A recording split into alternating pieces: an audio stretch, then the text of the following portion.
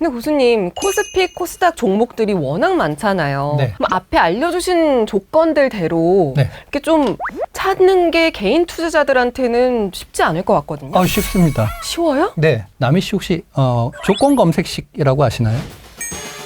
저는 주식 투자를 하면서 사실 조건 검색식을 한 번도 써보지 못했어요. HTS나 MTS라는 건 개인 투자자들이 쉽게 손에 쥘 수 있는 아주 강력한 무기입니다. 조건 검색식을 MTS에서도 할 수 있어요? 얼마든지 할 수 있습니다. 오. 네. 그래서 이 조건 검색식을 활용해서 좋은 기업을 찾는데 쉽게 찾으실 수 있도록 제가 사용하고 있는 것들을 보여드리겠습니다. 그럼 검색식의 핵심은 뭐예요? 3콤보 기억하시죠? 네. 그 3콤보를 기준으로 해서 몇 가지를 더 추가를 했는데요. 매출액과 영업이익이 왜 다 15% 이상이에요? 15% 정도가 3년 정도 유지를 할 수 있다면 그 추세가 갑자기 꺾여서 손실 전환이 되지는 않겠죠. 그래서 그런 기업이 안정성이 있다 이렇게 보는 것입니다. 이자 보상 비율은 영업이익을 이자로 나눈 겁니다. 이자 보상 비율이 1 미만이 되면은 벌어들인 영업이익으로 이자도 못 낸다는 뜻입니다. 단기기업이라는 표현을 쓰는데요. 실제로 한은 발표에 따르면요. 2023년에는 40%가 넘어갈 거라고 하니까요. 반드시 거쳐야 되는 과정이겠죠. 시가총액을 3,000원 이상, 주가를 5,000원 이상 기업으로 검색식을 넣었습니다. 시가총액이 너무 낮은 기업은 매스팔러시 안에 들어가질 않습니다. 그러면 굉장히 큰 수급 주체인 외국인이나 기관이 빠진다는 얘기니까 결국 주가가 오르는데 유리하지 않겠죠. 앞서 3콤보에 있던 현금 흐름은 왜 안 보여요? 매출액에 따라서 현금 흐름 순이익이 다 기업마다 다를 것이고요. 그냥 현금 흐름이 얼마 이상 이런 식의 검색은 아무 의미가 없기 때문에 요 기준을 가지고 추출을 해서 재무제표에 있는 현금 흐름과 순이익을 HTS 테이블에서 비교를 쉽게 할 수 있죠. 네. 이런 조건들을 검색식에 넣었을 때 어떤 기업들이 나올지 너무 궁금하거든요. 네. 같이 한번 보시죠.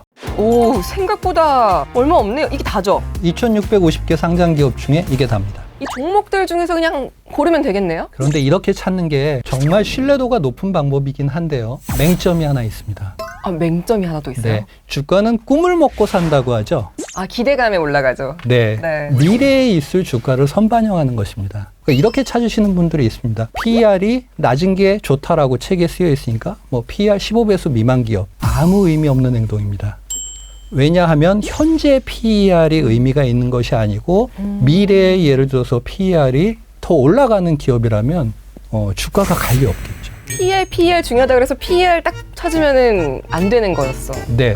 항상 이 검색식을 통해서 기업들을 선별을 하더라도 경쟁 업체가 출연을 해서 시장 점유율에 문제가 생기지는 않은지 혹 원자재나 환율에 의해서 기업의 실적에 영향을 받지는 않는지 이런 부분에 대해서 같이 검토해서 종목을 찾아가는 것이 중요합니다. 이렇게 찾은 종목 중에서 영업활동으로 인한 현금 흐름이 순이익보다 많거나 비슷한 기업을 또 다시 추려봤습니다. 아니, 한 번 더 추리고 나니까 진짜 몇 종목 안 되는데 지난 시간에 주셨던 kok사주도 보이네요. 재무적으로도 매우 우수한 기업이라는 걸 알 수 있겠죠. 지난 kok사주 외에도 개인 투자자들이 관심을 좀 가질 만한 네. 종목들이 여기 있을까요? 물론입니다. 이 종목들 하나하나씩 다 설명드리고 싶은데 시간 관계상 딱 3종목만 말씀드리겠습니다. 재무제표로 찾은 100점 만점주 탑3. 3위부터 볼게요. 칩스미디어. 칩스미디어라는 기업은 반도체 칩의 설계 자산을 가지고 있는 즉 IP 기업입니다. 반도체 칩의 설계 자산이라는 거는 기본 설계도 같은 것입니다. 파운드리 회사가 영업을 할 때 이 첨단 IP를 얼마나 많이 가지고 있느냐가 굉장히 중요한 부분입니다. 얼마 전에 상장한 ARM이라는 기업 들어보셨죠? 상장하기 전에 엔비디아 아시죠? 네. 엔비디아가 400억 달러의 이 회사의 최대 지분을 인수를 하려고 했습니다. 그리고 삼성전자도 눈독을 들였죠. 오. 예, 모두 다 이 인수가 무산이 됐습니다. 얼마나 이 IP라는 것이 중요한지 아시겠죠?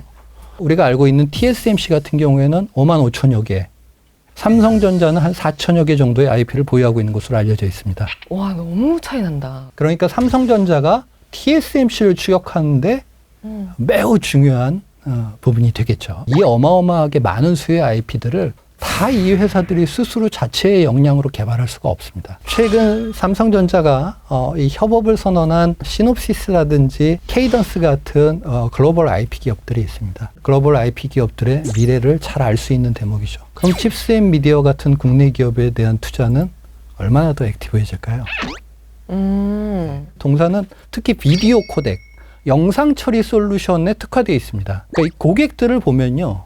NXP 그리고 텍사스 인스트루먼트, AMD, 퀄컴 이런 회사들이 있습니다. 고객사들만 보더라도 이 회사의 영상 솔루션이 얼마나 다양한 곳에 적용되는 어플리케이션 툴인지 알 수가 있습니다. 모바일 프로세스에 들어가는 IP의 90%를 이 회사가 가지고 있습니다. 엄청난 회사네요. 지난해 동사에 놀라운 변화가 있었습니다. 최대 주주가 바뀐 건데요. 한국투자파트너스라고 하는 벤처 캐피탈 회사로 최대 주주가 바뀌었습니다.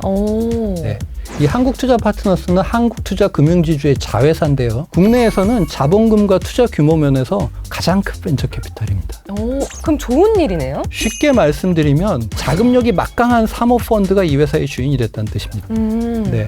기업 성장성도 이렇게 담보가 된 만큼 앞서 말씀해 주셨던 재무제표의 3콤보도 좋겠죠?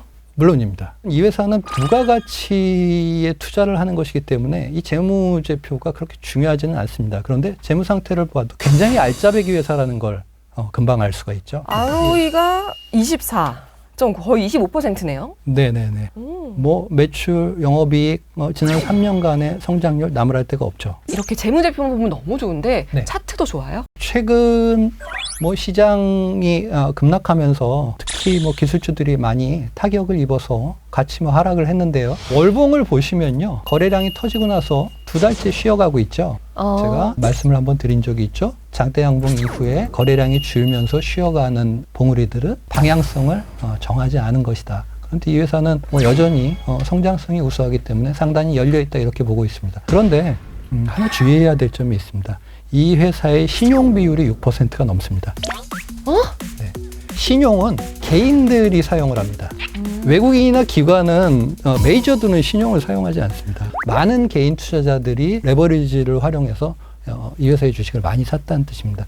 그래서 6%는 조금 많다 싶은 생각이 들고요. 신용 비율이 5% 아래로 떨어질 때까지 조금 기다려보는 것도 하나의 방법일 것 같고요. 차분히 분할 매수가 가능하신 분이라면 2달의 조정을 이미 받았기 때문에 지금부터 차분히 매수해 가셔도 좋지 않을까 그런 생각을 해봅니다. 네, 3위는 칩스앤미디어였고 재무제표로 찾은 100점주 2위 볼게요. 클래시스. 이게 좋았던 것 같은데 요즘도 좋나요? 시장이 빠지면서 많이 조정받았죠. 대표적으로 리프팅 기기 슈링크 만드는 회사죠. 여성분들은 대부분 아시지 않나요? 그쵸. 국내에서는 성형외과나 피부과를 개원을 할 때 세팅해야 되는 의료기기 1순위라고 합니다.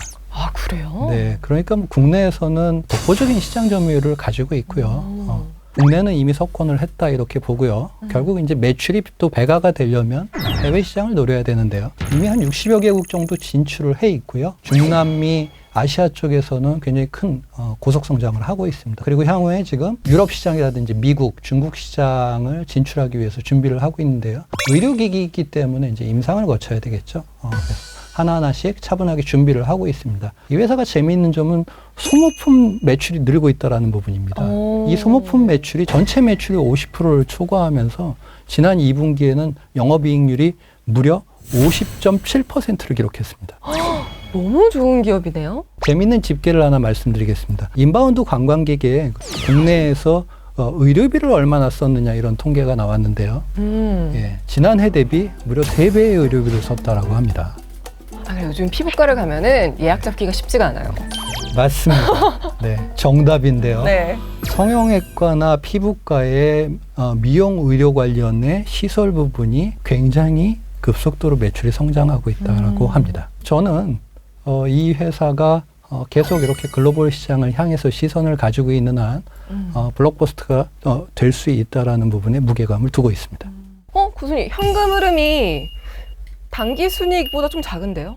그렇죠. 그런데 왜 크리시스를 가지고 나왔냐 하면요. 신제품을 론칭을 한다거나 새로운 시장을 개척을 할 때 매출 채권이 빨리 현금화가 되지 않아서 현금 흐름이 조금 더디는 경우들이 발생이 됩니다. 그래서 지금 이 회사는 공격적으로 해외 시장을 개척하고 있기 때문에 분식회계가 아니라면 이 정도는 이해해 줄 수 있다. 만하다. 네. ROE가 아까 거보다 훨씬 높네요. 거의 40%예요. 그렇죠. 그러니까 이제 현금 흐름이라는 부분에 해외 시장 개척에 대한 핸디캡 부분을 제외하면 이자 보상 배율이라든지 ROE는 뭐 나무랄 데 없는 기업입니다. 이자 보상 배율이 이렇게 높다라는 건 재무적으로 굉장히 안정돼 있다라는 뜻이죠. 현금이 충분하다는 뜻입니다. 클래시스가 최근에는 좀 조정을 받았다고 했잖아요. 네. 다시 또 올라갈 수 있을까요? 최근에 타 회사의 미용 의료기기 부분이 조금 단기적으로 실적이 안 좋았습니다. 그래서 그 부분에 영향을 받아서 같이 하락한 부분도 있고요. 시장 전체가 하락하다 보니까 조정을 받은 부분이 있는데 제가 보기에는 60일선을 잘 지지하고 있고 충분히 물량을 소화한 후에 다시 상승할 여력이 충분하다고 봅니다. 최근에 있었던 상승이 신고가였죠? 네, 맞습니다. 그럼 다시 또 이 신고가를 돌파할 가능성이 있다. 네, 물론입니다.